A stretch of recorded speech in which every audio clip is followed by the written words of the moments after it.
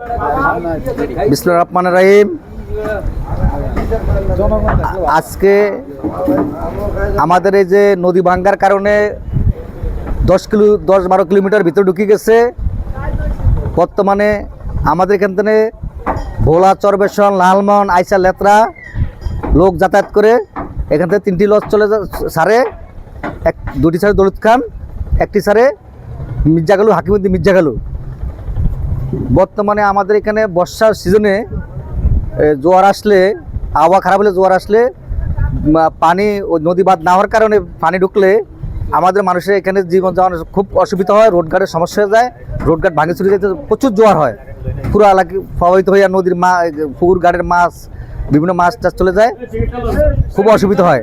এই জন্য আমাদের এমপি মহোদয়, সাবেক এমপি মহোদয় আশরাফুদ্দিন সাহেবও খুব পদক্ষেপ নিতেছে, অ্যাকশনের বলছে কাজ দ্রুত করার জন্য। এবং আশা করি ইনশাল্লাহ আগামী ভোট হইলে আমাদের এমপি মহোদয় যথেষ্ট চেষ্টা করবে দ্রুত নদী বন্ধ করার জন্য।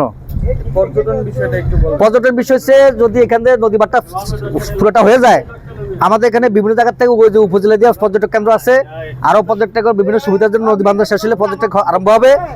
বিভিন্ন ধরনের থেকে দূর দূরান্ত থেকে লোক আসে। আমরা যথেষ্ট আমাদের প্রশাসন নিরাপত্তা দিতেছে, আমরাও যথেষ্ট এলাকাবাসী সহযোগিতা করতেছি। আমার নাম মোহাম্মদ শাহাবুদ্দিন, আমার বাড়ি আলেকজান্ডার মালিক চর, আমি রামগতি উপজেলা শ্রমিক দলের সেক্রেটারি।